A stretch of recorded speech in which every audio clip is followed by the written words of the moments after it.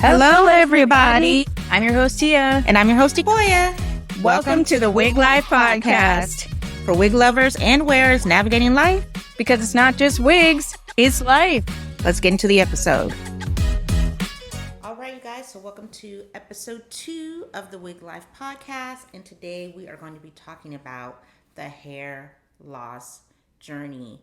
We know a lot of people are like me who wear wigs. You wear it for style and you wear it for, comfort or protective styling really is how I got into wearing wigs. But there's also a lot of people out there who wear wigs because unfortunately something has happened with their health and has caused them to lose their hair. And so they are pushed into wearing a wig if they don't feel comfortable just wearing their hair bald or shorter or whatever. And so we want to really get into that and unpack that and talk about that and some of the things. And so I am blessed to have my host Tia, who has experienced alopecia and hair loss. And so we're going to get into your journey, the whole experience of losing your hair and how you dealt with that. Because I think, when we were discussing this, me and Tia talk offline as well, and when we were discussing this, you brought up some things that I just did not think about. I just did not even think about because I wear wigs because I want to.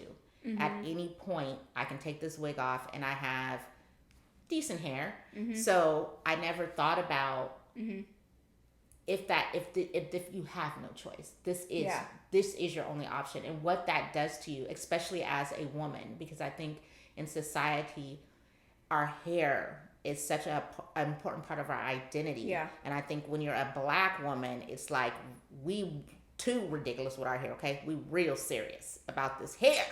So I can't even imagine what that feels like, to not even have that option. Like, this is what it is and what people go through. So let's get into it. So I don't know where you want to start with it, but I guess we can start with, to speak to, what you said, like, as a Black woman. Yeah.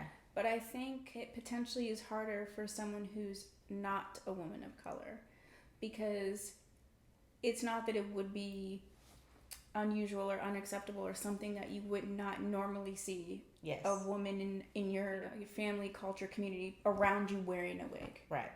So I'm biracial, but I was raised by my mother who's white. So I was raised in a very small white community. Mm-hmm. So the only reason I really knew about wigs in general was because I was the theater kid.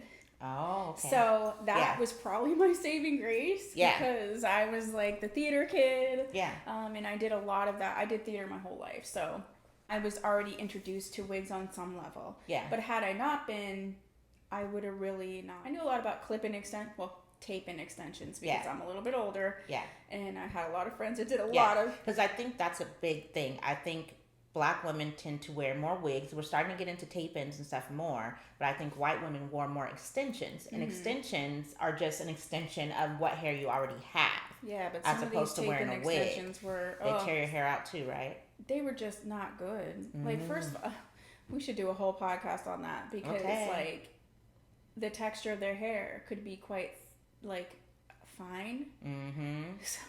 I'd have friends and the extension would be like cockeyed and falling out. Like, it was ridiculous. And now just like you could see the tape. Shucks. I'm like, you're taping an extension and like that hair. Now that I know more about, because I didn't know then. Yeah. Now that I know more about like wigs and extensions and fiber textures, I realize I'm like, you're putting like sort of a yucky textured extension in her hair. So it was like too heavy.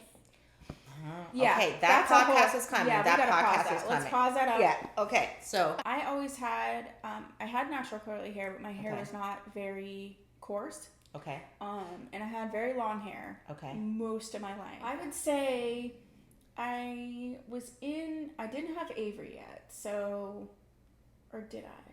No, I had Avery. Okay. So I remember I went to the doctor and I had started wearing false lashes, but it's funny because I didn't wear makeup almost at all until I was in my mid to late 30s. Oh, really? Mm-hmm. Okay. I didn't start wearing makeup till later. I had done this whole thing where I was like wearing these lashes. Okay. So my lashes had started falling out. So I was wearing these fake lashes, and I remember I had a friend, my good friend in high school, her mom's lashes fell out, and she would always be wearing like all this mascara and like using those lash curlers and stuff. Oh yeah. Well, I now know like her lashes were falling out because she was like basically over curling her lashes constantly. I didn't realize that. So I thought her lashes were falling out because she was like getting older. Oh. Okay. So when my lashes started falling out, you equated it to your age. Yeah.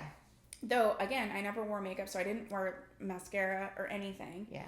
So I was at the doctor for some routine thing, and she's like, "Oh my gosh, I love your lashes. Like I can't wear lashes like that." And I was like, "Yeah."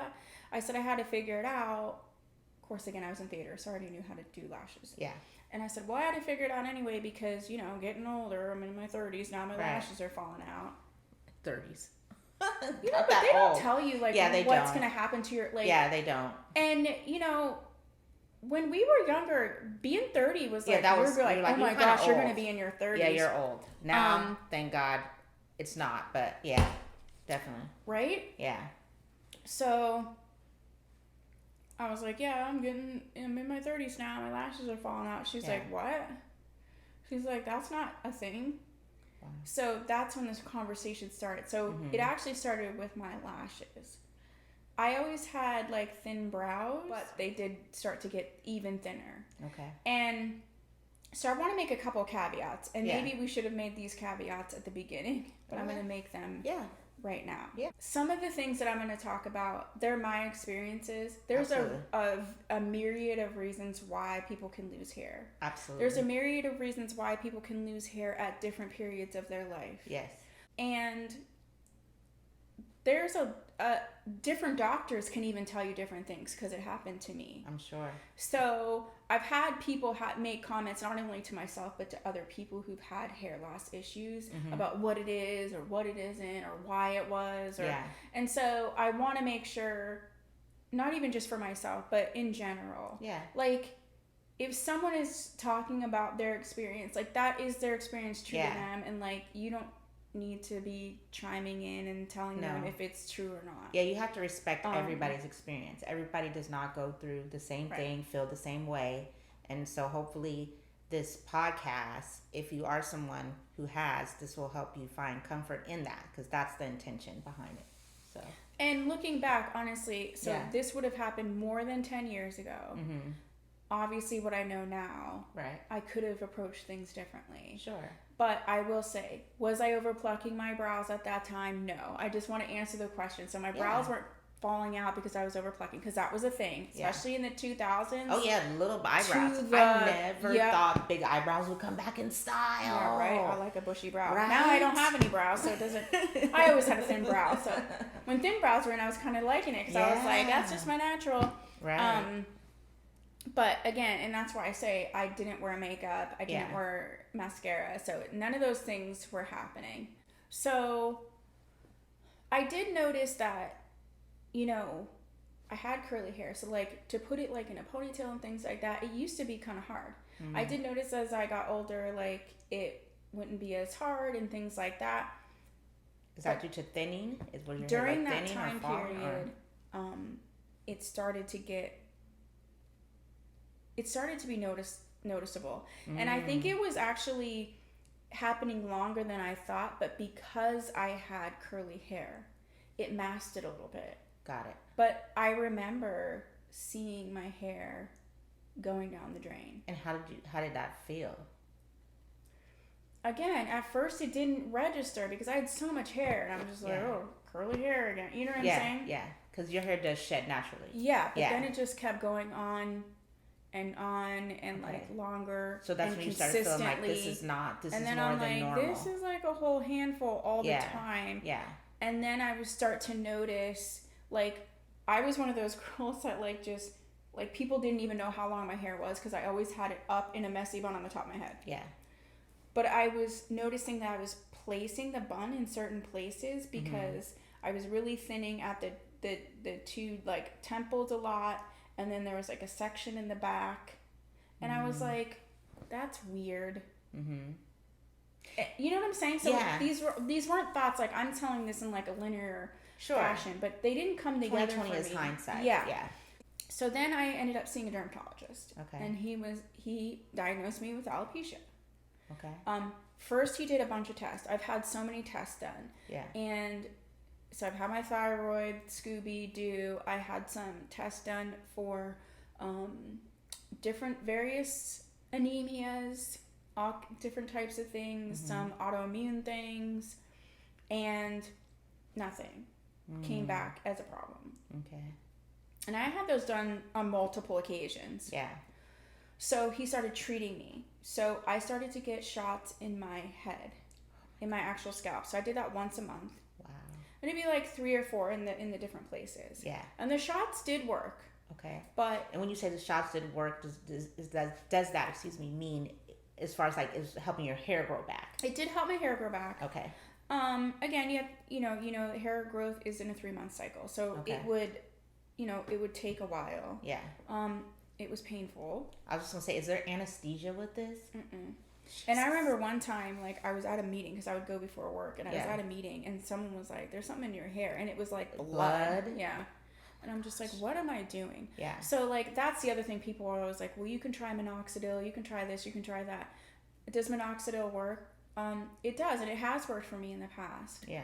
Can you say what minoxidil is for people who may not know? Minoxidil is like the female Rogaine. Okay. It's a topical. The thing with that is that once you stop using it, it will stop working. So if you choose to go that route, this is forever then, or for as long as Okay. And so I'm assuming, because I just don't remember. Yeah. I'm assuming what was being given to me in shots was probably a very high dose of minoxidil or whatever he could give me, from a dermatologist. Yes. That's what it must have been. Yeah. I remember missing, I don't know if I missed a couple of appointments or something, but then my hair fell. You know what I'm saying? So I just remember thinking, I don't want to get a shot every month. Yeah. And I didn't want to do the topical every month. Yeah.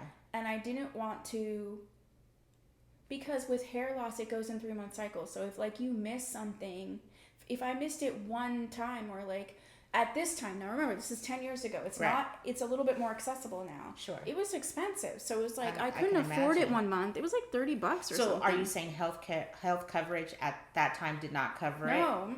Did you know if it would still do it today? Or is it, I think they recently have an actual over-the-counter, but it's a pharmacy.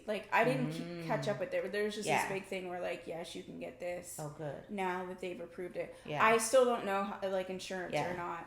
But finally, after years, I had a doctor who did some tests, and she did think that she's tying my hair loss to cortisol levels, which is your stress hormone. Okay. And that's when I kind of decided, I don't want to do the treatments anymore. Okay. And this is why. Because I felt like when I was supposedly, when my stress hormones were supposedly, elevated, was when I wasn't as stressed in my life. I felt like, so to me, I know this probably sounds goofy, but, to me, stress is such an innocuous thing to me. Right. It's this thing where they're lower your stress, just do this. I'm not saying don't do those things. Yes. If you need to, especially right now in my life, girl, I need to lower my stress. I understand that. Yeah. But again, with this whole, I could be stressed today, which is going to trigger me to lose hair. Right. But then it's if I correct it in the next month, I'm still then going to lose hair. Right. And restart that cycle, which then is going to stress me out, which is going to start the whole thing. Yeah. So to me, I'm if that's the reason I'm losing it, it's not because of some medical condition that I can treat, or, stresses can be this untangible thing. Your body can be, reacting to stress that you don't even understand you have at the time. Right. And hair loss is just this, it's not something that you can do and not do. It's not like a rash that can go away. Right. It's this whole cycle of events. Yeah. And I got tired of fighting it. That's when I decided to shave my head. Okay. And I remember I showed you those pictures. What was that? It was a 2-year period where you could visibly see my hair thin. Around, especially around your edges, what we call edges in the Black community, or your hairline, those. It was small receding around back, your temple, and just thinning out. Yeah, it got to the point where it was just like so thin. It was just like two pieces like in the front. So how did that make you feel? Like seeing yourself, like seeing your hair getting visibly, thinner, like seeing that. Because I know hair is such a big part, like we were saying earlier, of your identity as a woman. Did it bring up insecurities? Did it bring up fears? Did it do any of that? I think that when I first started feeling the insecurities and fears, well, so I had started my YouTube channel at that point. And I started as a makeup channel. Mm-hmm. So I think that highlighted my hair loss more to me too, because I could see it on video. You could see how your hair's I could be like, I would be watching videos and I could see it be like, wait a second, last year my hair didn't look like that. Yeah. So I could see so when I started feeling uncomfortable about it was when I started wearing wigs. So I started playing with them because I thought I was going to get to a point where I wasn't going to have a choice. And I wanted to be proactive. Yeah. So I don't think I ever got to that like really, really bad point because I felt like, because I already went through multiple years of treatments and things like that. So I already knew that was a route I could take. Yes. I already took it. Yeah. I knew what that meant. Yeah. And so I kind of was like, all right, listen, I was on YouTube. So because I was in beauty YouTube, I was being exposed to women who were doing makeup, but then also wigs. Yeah. So I was already seeing that content. Okay. So I was being exposed to that. So for me, I was like, let me play around with wigs in case I have to do this and I don't have a choice. Yeah. So without knowing it, I was already setting myself up. Okay. So I didn't really have that real hard time. Okay. Because I wasn't just like faced with it like that.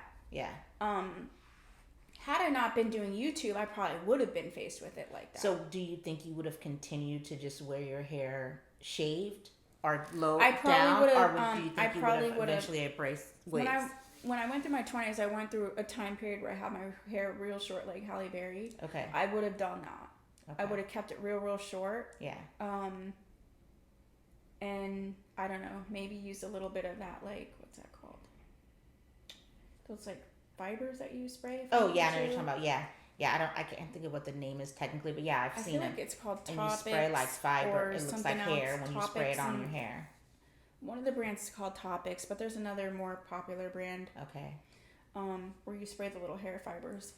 I can't say for sure, but that's why I probably would have kept it real short. So did people, like, because you were saying you went to work one time and you had blood in your hair, did you share with anyone? Were people like saying, Tia, your hair is thinning, or no, like, were they noticing anything? No, because like I said, I wore my hair up so much, like half the people didn't even know my hair was that long anyway, and it was so curly. Yeah. Unless you really could see, like you couldn't really tell. Okay. Because I just was that girl with like just the just the curly mop on her head. Yeah. So it wasn't something that. And then if I did wear my hair down on those occasions, I would have it blown dried straight. Okay. So as far as like the thickness or the density, they wouldn't have known a difference. Because and was that intentional to hide it, do you think? No, or frankly, because like that, I was just that girl, like in general, that, like I said, I didn't wear makeup, and like I loved clothes and I loved dressing up, but I could not be bothered with my hair. Yeah. Because like growing up, like we had talked about that, like I was raised by my mom, so like she didn't know how to do my hair as a kid, so like I was over my hair at such a young age. Yeah. So doing my hair, it was just like not something I embraced or had fun with ever because I didn't know how. Yeah. So the way that I would do my hair when I was younger was such the worst and most circumvented way. Do you know what I'm saying? Yeah. It would take me hours because I was literally doing, like to make the like a big bouncy curl as opposed to just like letting it air dry. Maybe use a diffuser or something like that. Right. I would like blow dry it and then curl it. Yes. Like, so then I would curl my whole curly head. Yeah. You didn't know how to deal with your texture, really. So I had a love-hate with my hair already. Sure. So, yes, I would blow dry my hair straight. Yeah. And then I would do that. That was it. Yeah. Yeah. Or it went up on my head in a mop. Yeah. Or occasionally, if I let it down curly, I would have like a headband on anyway. And then I would argue, too, coming up then, because of the generation we're a part of, I think hair products were very much and they still are to this day, but I think there's more stuff now in between, or more stuff that is texture specific. But especially at that time, you either bought products that were catered for white women's hair, or you bought products, I think, that were catered to a black person's hair texture. There wasn't a lot of like in between for someone who's biracial. And my hair was really in between curly. Because it's not very coarse, but it was naturally curly. Yeah. So I remember the time my mom found that pink lotion. Yes, girl. Pink lotion was it. It was too heavy for my hair. And she was just like, oh, pink lotion. And of course she didn't know how to use it. And she was like, it was just, I can't. My hair was like, it was just the greasiest, weirdest mess. Yeah. It was, I mean, it was like when you take a wig and you're doing like a deep conditioning on it. It was like just too much because it's not absorbed. I was like, what exactly is this supposed to do? Yeah. Yeah, my mom was a hot mess with that, but she didn't know. Yeah. So by that time, I don't know what I would have done. I probably would have gotten into a lot of scarves. You know what? Now that I think about it, when my hair was starting to really, really get thin, I did wear a lot of decorative scarves. And, you know, like a lot of 1950s type stuff. Sure. So I think I probably would have just done that. Yeah. But then I got into the wigs, and that was my thing. I was like, I'm just going to do this so that if I have to do it, I'm prepared. Yeah. Which is one of the reasons why I designed my course, the Wig Wearers Essentials. Because I was like, what if I didn't have time to start to be playing around or figuring things out, and there was a lot of questions. Well, I was just going to say that too. Like, it sounds like you were just really confident in, I'm just going to accept this and take the bull by the horns and just see how I can, you know, overcome this or work this, very proactive in that. Whereas I'm sure some people experience it and they're not as proactive and not as like just accepting. Like, it sounds like you really were able to accept, okay, I'm losing my hair. It is thinning. I don't like the process of going with the medical procedures. So what is a way that I can, you know, have confidence and still feel good about, you know, myself and my hair, whether it's wearing scarves or just going ahead and let me embrace a wig. So if it does get to that point, I can already kind of be ahead of the game. So I think that's really a great way to approach it. So if somebody is listening, if you have that strength to do that, that's probably a good way to approach it. And then for someone who maybe doesn't have the strength to approach that and not sure and feeling overwhelmed, your program is like perfect for that, because it will help them figure out not only what to do, but how. Yeah. But how to do it. Because one of the things that, you know, we were talking about offline, and even why we want to bring this topic up, is because I wear wigs as protective styling, as a lot of Black women do, to protect our hair. For those people who don't know what protective styling is, what is that? So protective styling is a way, because our hair texture as Black women it needs a lot of nurturing and a lot of care. And because our hair is so coily or kinky, it has a hard time getting moisture, because I don't want to get too deep and scientific, but basically what happens is your scalp naturally has oils, right? Your scalp naturally has oils and things that it puts in there. But when your hair is really kinky or curly, then it doesn't trickle down. It can't trickle down. Yeah. So that's why you see a lot of our hair will be really dry or really coarse, and that's why a lot of our products are very high in conditioners, leave-in conditioners, because our hair needs a lot of moisture, because naturally,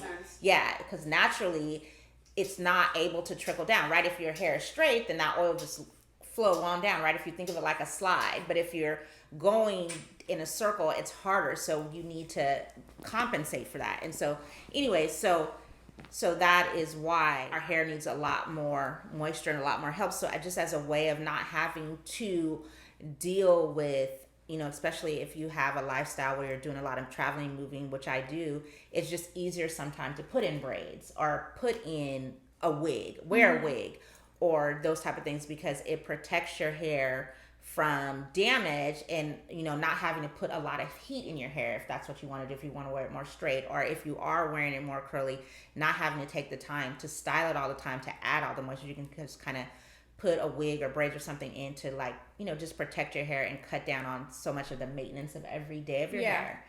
So I know for me, I started, and actually hair loss a little bit, like I have lost my edges a little bit. And I know a lot of women who have also. So here's an interesting fact. So for my YouTube channel, I was researching alopecia because September is Alopecia Awareness Month. Mm-hmm. And 1 out of 3 Black women will suffer from alopecia. And that blew me away because I do know a lot of people who have alopecia, but the specific form of alopecia is traction alopecia, which comes from, like you were saying, pulling your hair in those tight buns, putting it up, because curly hair, like we were saying before, it needs more moisturizer because of the texture. So it's just more maintenance. Some people may argue harder to deal with, but I would say it's just more maintenance. It really is, to take care of it. And so one thing that maybe we not harder, just more. Yeah, just more. So we will put it in a bun or put it in a ponytail because it's just faster, it's easier. But not realizing by doing that, especially like if you want it snatched, pulling that tightness, slicking it back over time, that wears on your edges. And so that causes baby hairs weren't cute. Weren't always cute like that. It was a thing, then it wasn't a thing. Now it's back. It is a thing now, honey. I mean, the baby hairs that I had going on were more just like fuzzy nonsense because I just didn't brush my hair. It wasn't any kind of right. And so even saying that, some people I know who wore weaves, right? Because weaves are like a thing, and I used to wear weaves because my generation coming up, wigs. Your grandma wore wigs. Mm-hmm. Wigs were not like for old people, right? Like, or if you wore a wig, it probably because like you were forced to. Unfortunately, I hate saying that, but really, honestly, if I'm being truly honest, which I want to be, wigs were more for like older people, or you wore it because you had to.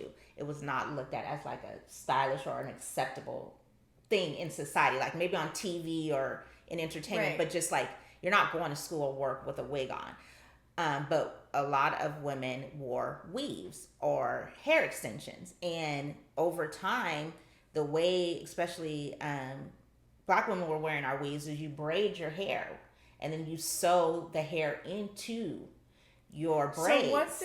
So a sew-in is when you sew a wig in though, right? So it's not necessarily a wig. It would more, so like you know how clip-ins or hair extensions, you actually would attach it to your hair, right? Okay. So instead of it having those combs and those clips, it's just the actual weft.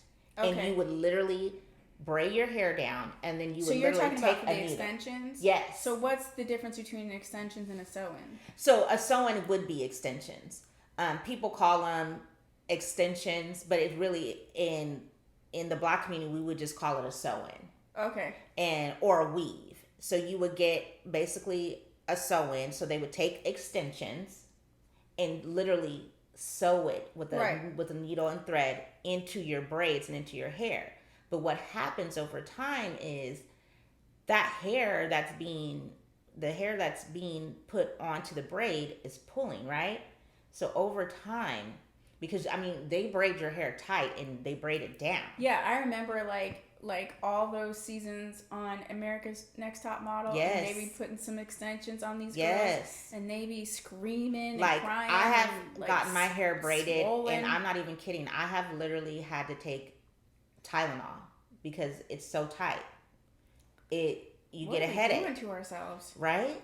But you do it because you think you want to be cute. You think, I mean, not saying you think because you probably are, but it's not that serious. Now I'm old enough to know it's not that serious. You don't want to be having headaches for that. But yeah, so literally I know a lot of women from wearing sew-ins or weaves over time. Literally, they don't have, because around your temples, your edges, right, around your hairline, that hair is so thin.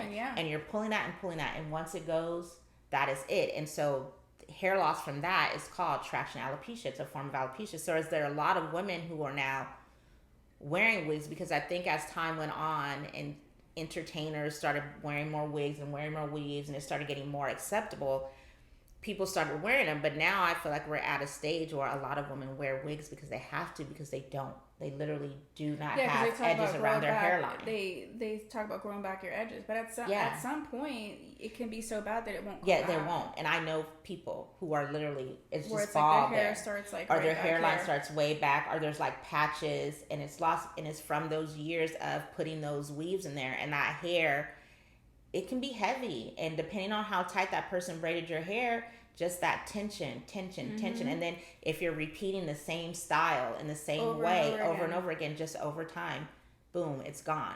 And so now people are really wearing wigs because they have to or they're ashamed. And I think that's why that whole edges movement and the tattooed edges and all that was like really popular, and really because people really just are suffering from alopecia and bald. So I even stopped wearing weaves, and that's what made me start wearing wigs, because my sister wore wigs, and she would be like, you need to just wear a wig and stop like getting your hair done. And I was like, I felt the same kind of way. I don't know if other people listening may have felt this way, but I felt like, okay, wigs are for grannies. Or I just was like, I'm not going to be on my job with a wig on. Like, people are going to be like, you got on a wig, you know?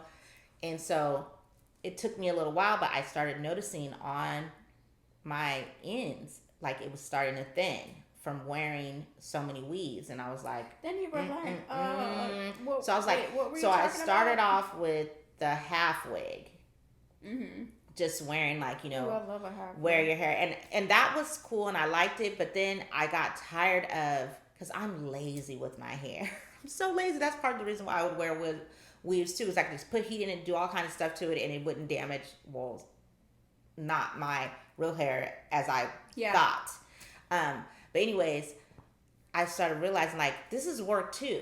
Like just putting a wig on is faster, it's easier. And then once I got sucked into the wig hole, I was just like, ooh, because I put a lot of color in my hair. I did a lot of braids. I put a lot of heat in styling my hair, because I've always, looking back now, thinking about, I've always expressed myself through my hair.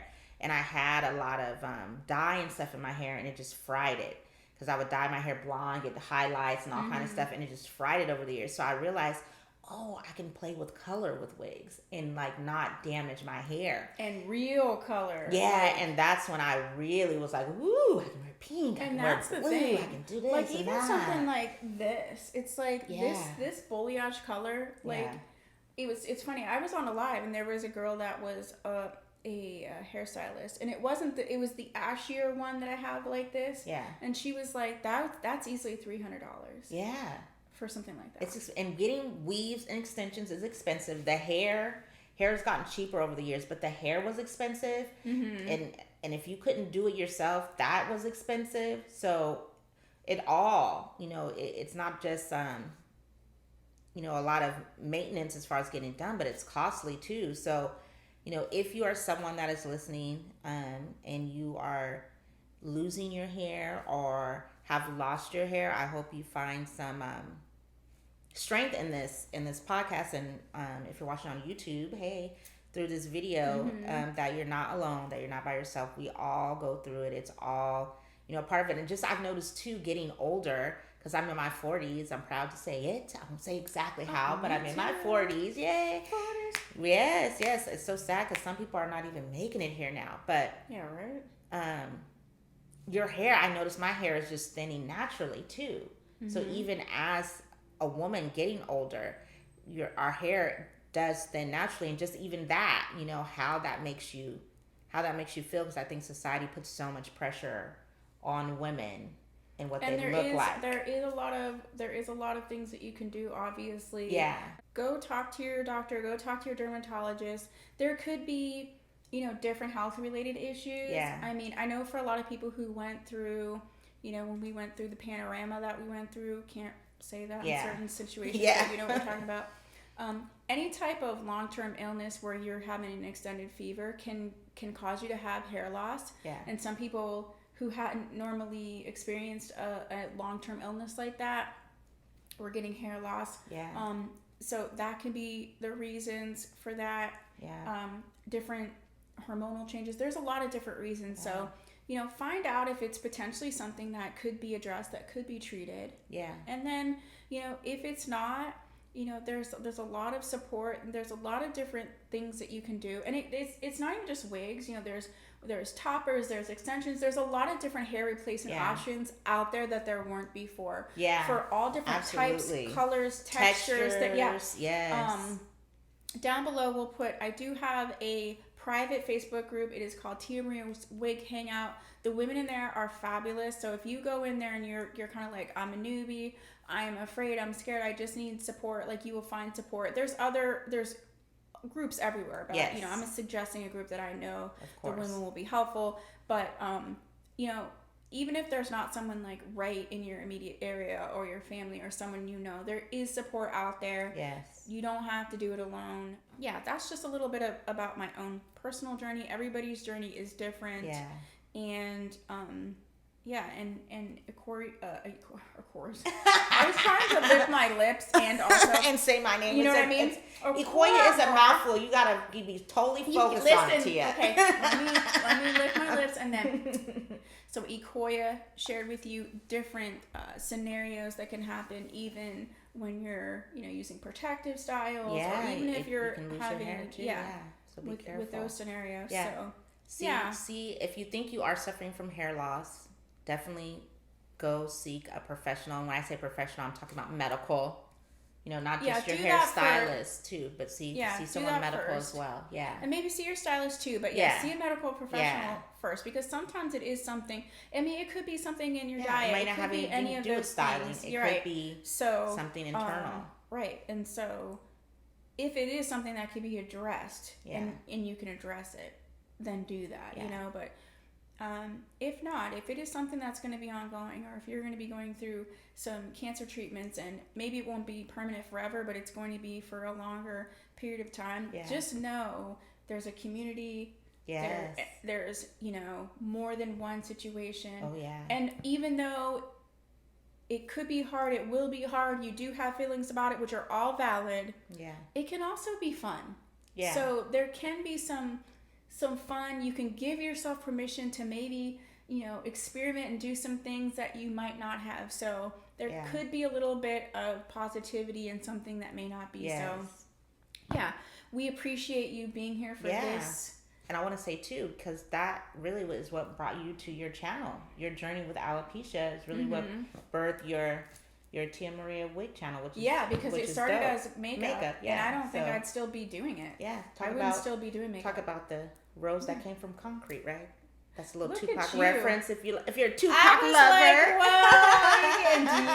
Yes. Please check the show notes if you're listening to the podcast, and if you're watching on YouTube, please check the description box. We're gonna have links to different alopecia things, also to Tia's Facebook group, so that you can get support there. Also on Facebook in general, there's a ton of groups. If you just put in a specific topic, you can find groups. So that's a great resource as well. If you are losing your hair or on a journey, I hope this was comfort to you. Blessings, prayers to you, and this too shall pass. And thank God we live in a time where there is so many options and a lot more stuff is acceptable, so you don't have to feel shame or embarrassed. You're not the only one. You're a survivor. You're dope. Tia, you're dope for having the confidence to put it out there and share your journey, because there's so many people who don't. And I hope that this episode will really help you. So I hope you will tune into the next episode, because we're going to be talking about wig confidence. Yes. And insecurities. Which will follow up nicely with this topic. Yeah. So stay tuned, you guys. Okay. Bye. Bye. If you enjoyed the episode and you'd like to help support the Wig Life Podcast, please subscribe and leave a rating or review wherever you like to listen. To stay up to date with the Wig Life Podcast, visit our website and follow us on socials everywhere at Wig Life Podcast. See you.